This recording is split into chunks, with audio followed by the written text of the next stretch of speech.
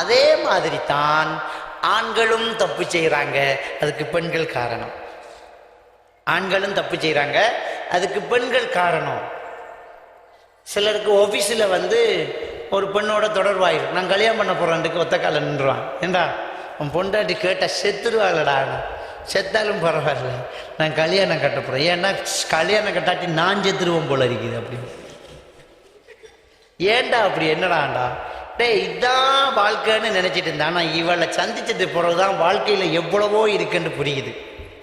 என்னை பார்த்து கேட்குறா, அந்த ட்ரௌசருக்கு ஷர்ட்டு மெச்சில்லையேங்கிறா, ஏன் முகம் வாடி இருக்கேங்கிறா, குரல் ஒரு மாதிரியா இருக்குதுங்கிறா, எனக்கு தேவையானதையெல்லாம் தயார் பண்ணி உடனே வைக்கிறா. அப்படி என்னுடைய ஒரு வேலையை என் பொண்டாட்டி ஞாபகப்படுத்தாம அவ கோல் பண்ணி ஞாபகப்படுத்துறா. இன்னைக்கு நாளைக்கு ஒரு இன்டர்வியூ இருக்குன்னு சொன்னீங்களே, ரெடியா இருக்கிறீங்களா? ஆமா இல்ல, அடி பாவி நீ தான் இருக்கிய மூதேவி, இதெல்லாம் மறக்கலையே நீ அப்படின்னு பொண்டாட்டிய வெறுக்கிறான். காரணம் என்ன? பொண்டாட்டி புருஷன் மேல ஒரு அக்கறை இல்லாம போகுது. சிலருக்கு கல்யாணம் கட்டி குழந்தை பிறந்தோடனே அப்படியே குழந்தையோடையே நின்றுறாங்க, அந்த விளையாட்டு பொருட்களோடையும் அந்த பூமரோடையும். அப்படி இருக்கக்கூடாது. அவ கணவனை கவனிக்கக்கூடியவங்களாக ஒரு பெண் அந்த அன்பை தீர்த்து வைக்கிறது. நபிகள் நாயகம் ஸல்லல்லாஹு அலைஹி வஸல்லம் அவங்க ஏத்திக்காவ் இருக்கும்போது தலையை வீட்டுக்குள்ள நீட்டுவாங்க, ஆயிஷா நாயி தலைக்கு எண்ணெய் வச்சு சீவி விடுவாங்க என்ற செய்தி புகாரியில பதிவாயிருக்குது. நபிகள் நாயகம் ஸல்லல்லாஹு அலைஹி வஸல்லம் அவர்கள் ஒரு ஆம்பளை தானே, எண்ணெயை தலையில வச்சு வாழ்ந்து விடுறதுக்கு தெரியாதவராளா? ஆனா அன்பான துணைவிதான் அதை செய்யணும் அப்படி என்கிற ஒரு வளமை இருந்திருக்கிறது. எப்பவும் என் மனைவிதான் எனக்கு தலைக்கு எண்ணெய் வைப்பா, எப்பவும் என் மனைவிதான் என் தலையை சீவி விடுவா, தலைமுடிய வாழ்ந்து விடுவா. கடைசியா வெளியிறங்கும் போது அவதான் பாப்பா, குளர்பட்டம் பூட்டிக்குது, கைப்பட்டம் பூட்டி இருக்குது, ட்ரௌசர் ஓகே, ரைட் ஓகே அப்படின்ட்டு எல்லாம் பார்த்துடுவா. கொஞ்சம் நில்லுங்க அப்படின்னு தொடச்சிடுவா, கொஞ்சம் இங்க இடத்துல பவுடர் கூடி போச்சு அப்படின்னு. அப்படியே ஒரு மனைவி கணவனை வழி அனுப்பும் போதே இடையில எந்த ஒரு உலக அழகி சிரிச்சா கூட அவன் மயங்க மாட்டான். ஏன்னா அன்பு நிறைந்த உண்மையான துணை இருக்குது வீட்டில், அதை மறக்க முடியாது. சிலர் அப்படி இல்லை, இந்த மனைவி கொடுக்குற அந்த டோர்ச்சர்ல அவன் வீட்டுக்கே வாரத்துக்கு பயப்படுறான். 12 மணியா போச்சு, போவண்டா வீட்டுக்கு கேட்டா பொருடா அவ படுக்கட்டும்ங்கிறான். அவ தூங்கினதுக்கு பிறகு போனா நிம்மதியா இருக்குண்டா, சத்தமில்லாம போய் மெதுவா படுத்துடலாம். ஏதாவது ஒரு கேள்வி கேட்பாள் பாரு, அந்த கேள்வியில பதிலே இருக்காது, இன்னொரு கேள்விதான் பதிலா வரும். ஏதாவது நம்ம ஒரு கேள்வி கேட்டா அதுக்கு பதிலாக இன்னொரு கேள்வி கேட்கிற மாதிரி வாழ்க்கை. இன்னொரு கேள்வி, அப்படியே ஒரு டீ ஒன்று தாங்களேன் அப்படின்னு ஒரு கேள்வி கேட்கிறோம். நீங்க மாவு வண்டிக்கு வந்தீங்களா இன்னொரு கேள்வி. ஒரு டீ ஒன்று ஊத்துங்களேன்ட்டு ஒரு கோடரை போட்டா அதுக்கு பதில் இன்னொரு கேள்வி வரும், மாவு வண்டிக்கு வந்தீங்களா, இங்க கொட்டுறீங்களா நீங்க நல்லா அப்படி. அப்போ எப்படியோ இந்த வெட்டு பேச்சுக்கள், இந்த வெட்டு பேச்சுக்களை எல்லாம் தொட்டு கொடுத்தது இந்த சீரியல் நாடகங்கள் தான். அதுல தான் படிக்கிறது எப்படி வெட்டி பேசுறது அப்படிங்கிறது. நிறைய பேர் அதைத்தான் படிக்கிறாங்க. இந்த நாடகங்களை தான் ஒரு மாப்பிள்ளை எப்படி நையாண்டி பண்றது, ஒரே பேச்சு அப்படியே ஸ்தம்பிதமாயிடுவார், பிடிச்சிக்குவா, இப்படித்தான் கதைக்கணும், பேசினா இப்படித்தான் பேசணும், மாவனை விரட்டும் அப்படின்னு சொல்லி. அப்ப இப்படியே பேசுறது. அப்ப அங்கிருந்து படிக்கிறாங்க, அங்கிருந்து படிக்கிறாங்க. அப்போ ஒரு அதே மாதிரி அன்பு தேவையினால ஆண்களும் தவறு செய்யறாங்க. ஒரு மனைவி சரியா கணவனை கவனிக்கல, ஒரு ஆபீஸுக்கு வேலைக்கு போறவன் அல்லது ஒரு வயலுக்கு வேலைக்கு போறவன், அவன் வேலைக்கு போகும்போது அதுக்கு தேவையானதெல்லாம் ரெடியா ஒரு எடுத்து அப்படியே கையில கொடுக்கிற ஒரு மனைவி இருக்கும்போது அவன் டென்ஷன் இல்லாம இருப்பான், டென்ஷன் இல்லாம இருப்பான். கடைசியா நிறைய ஆண்களுக்கு வர பிரச்சனை என்ன தெரியுமா, எல்லாம் ரெடி, மோட்டர் பைக் கீயை தேடி ஊட்ட பிரட்டுவாங்க, துறப்ப தேடி எங்கடி துறப்ப கண்டே அத்தி இது அங்க இங்க எல்லாம் இழுத்து காடாக்கிப்பான். அழகா அடிக்க வச்சதெல்லாம் துறப்ப தேடி காடாக்கி கடைசியா பார்த்தா இங்க செருகி வச்சிருப்பார் அவர். அப்போ ஒரு மனைவி அவர் வந்தோடனே கீயை வாங்கி அப்படியே வச்சுட்டு எல்லாம் அப்படியே ரெடியா வச்சுட்டு அப்படியே போகும்போது இன்னாங்க கீ, இன்னாங்க உங்களோட லைசன்ஸ் ஞாபகப்படுத்துவா. லைசன்ஸ் எடுத்தீங்களா, இன்சூரன்ஸ் எடுத்தீங்களா, ஆமா இல்ல, வெள்ளத்தொப்பிக்காரன் பிடிச்சதுக்கு அப்புறமா கண்ணு பெறல போகுது, இன்னாங்க எடுத்துட்டு போங்க அப்படின்ட்டு கொடுக்கக்கூடிய ஒரு மனைவி. அப்ப தன் கணவனையும் சேர்த்து கவனிங்க, அவன் வழித வர மாட்டான். மனைவியை கவனிங்க, அவ வழித வர மாட்டான். அன்பு தேவை சரியாக இருக்கும்போது பிரச்சனைகள் வாரதுக்கு ரொம்ப சந்தர்ப்பங்கள் குறைவாக இருக்கும். அப்ப இந்த அன்பு தேவை இருக்கிற அதே நேரத்தில் ஒரு ஆணு பெண்ணு தனிச்சிருந்தா என்ன ஆகும்? ஒரு ஆஃபீஸில் வேலை, ஆணு பெண்ணு தனிச்சிக்கிறான். நான் கேட்குறேன், பொண்டாட்டியை விட அவ இறக்கம் காட்டுறா, பொண்டாட்டியை விட அவ பொறுப்பா இருக்கிறா அப்படின்னு அவளை நீ விரும்புறைய, எப்படி உனக்கு அவ இறக்கம் காட்டுன்னு தெரிய வந்துச்சு? அவ வீட்டை இருந்து நீ உன் வீட்டில் இருந்திருந்தா தெரிய வருமா? இல்லை. அது தெரிய வந்ததே ஒரு தப்பான இடத்துல தான். நீங்க ரெண்டு பேரும் தனிய பழகினதே தப்பு, பவுண்டேஷன் பிழை. நீங்க தனிய பழகி அவ சுத்தம்ங்கிற, இப்படி ஆரம்பத்திலேயே அவ தப்பானவ, ஆரம்பமே தப்பு. அது புரிய மாட்டேங்குது, அதுதான் ஷைத்தான் மறைச்சிடுவான்.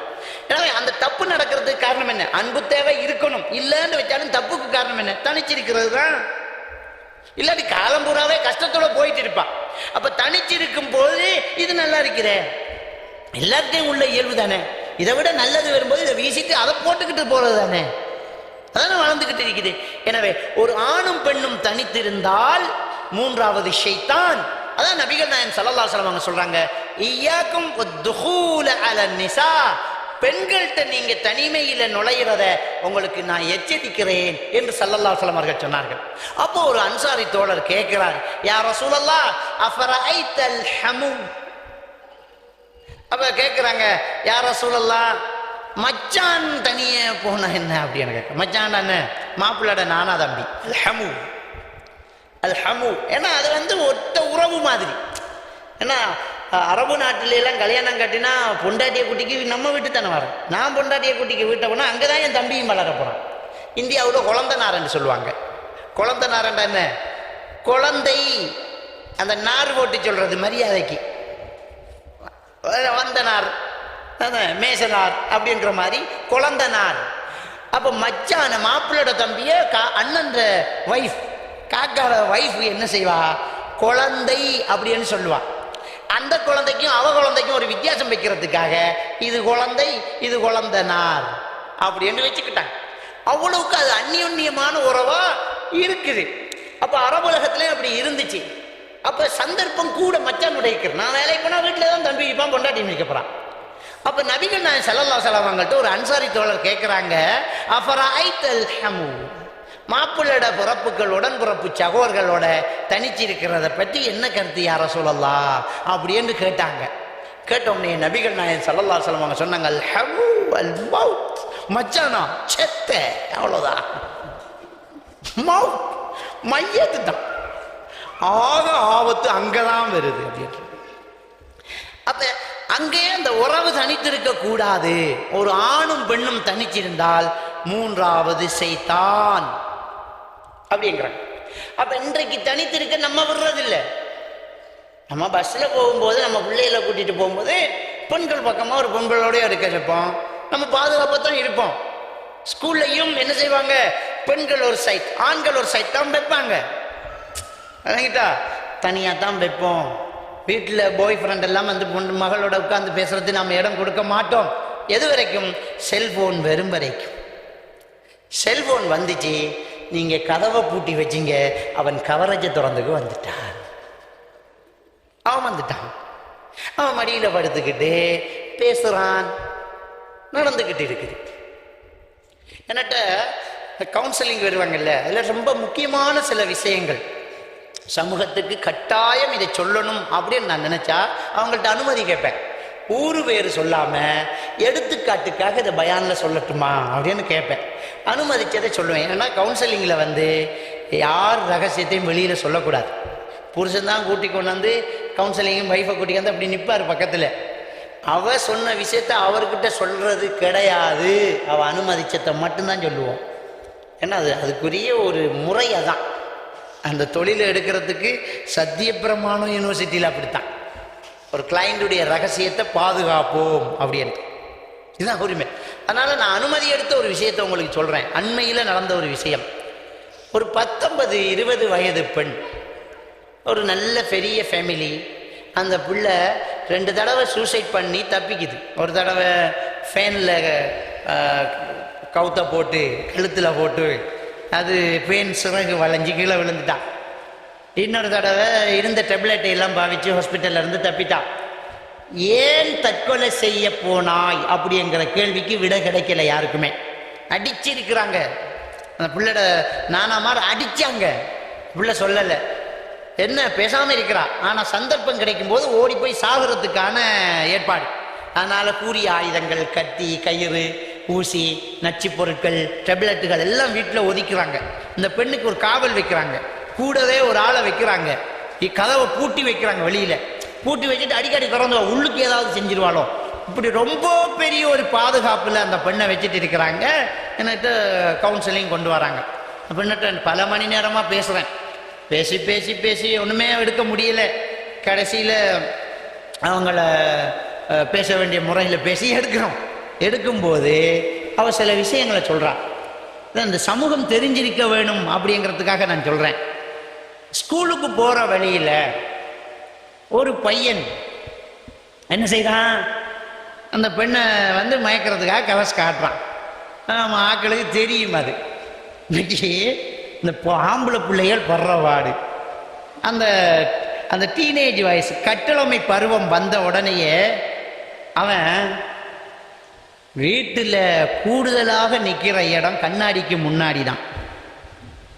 அப்படியே நிற்பான். அந்த தலையே 1.5 மணி நேரமாக சீவுவான். அப்படி பார்ப்பான், இப்படி பார்ப்பான், குழைச்சி விடுவான், எண்ணெய் போட்டு பார்ப்பான், அப்புறம் எண்ணெயை கலகி போட்டு வந்து பார்ப்பான். ஒரு ஷர்ட்டை போடுவான், அதை கலட்டி இன்னொரு ஷர்ட்டை போடுவான், அதை திரும்பி பார்ப்பான். என்ன பாடு போடுவான் தெரியுமா? அந்த கட்டிளமை பருவத்து பிள்ளைகளை நிலைமையை பார்த்தா ரொம்ப பரிதாபமாக இருக்கும். சரியான உச்சி வெயில் நேரத்தில் ரொம்ப சுகமாக போயிட்டு இருப்பான் அவன். பாவி பயலை ஒரு இணலால் போடாண்டா இல்லை, அந்த ரோட்டில் போகும்போதே கூலாக இருக்குதம்பா. ஏன்னா அந்த பிள்ளை இந்த ரோட்டால் தான் வருமா. நடந்து நடந்து ரோட்டையே குழியாக்கி விட்டுருவானு. அவங்களுடைய ஸ்டைலுகள் என்ன, அழகுகள் என்ன, சன்கிளாஸ் என்ன, டிஷர்ட் என்ன, ட்ரௌசர் என்ன, அவங்களுடைய ஸ்டைலுகள் என்ன, திரும்புறது, கதைக்கிறது, அப்படி எங்கிறது என்னெல்லாம் பண்ணுவான் தெரியுமா? இதெல்லாம் அவங்களுக்கு புரியாது. அந்த கட்டளமை பருவத்து பையன்களுக்கு புரியாது. அதை பெரியவங்க பார்த்து நக்கலா சிரிக்கிறத இவங்க என்னமோ நம்ம நல்லா இருக்கிறோன்னு சிரிக்கிறதா நினைச்சுக்கிறாங்க. அப்படியே பெரியவங்க போகும்போது இவர் படுற பாட்டை பார்த்து சிரிப்பாடா பாவி என்ற சிரிப்பிச்சனோட எப்படி சேட் அப்படின்னு நல்லாவா இருக்கு உடுப்பு போட்டு போறாங்க.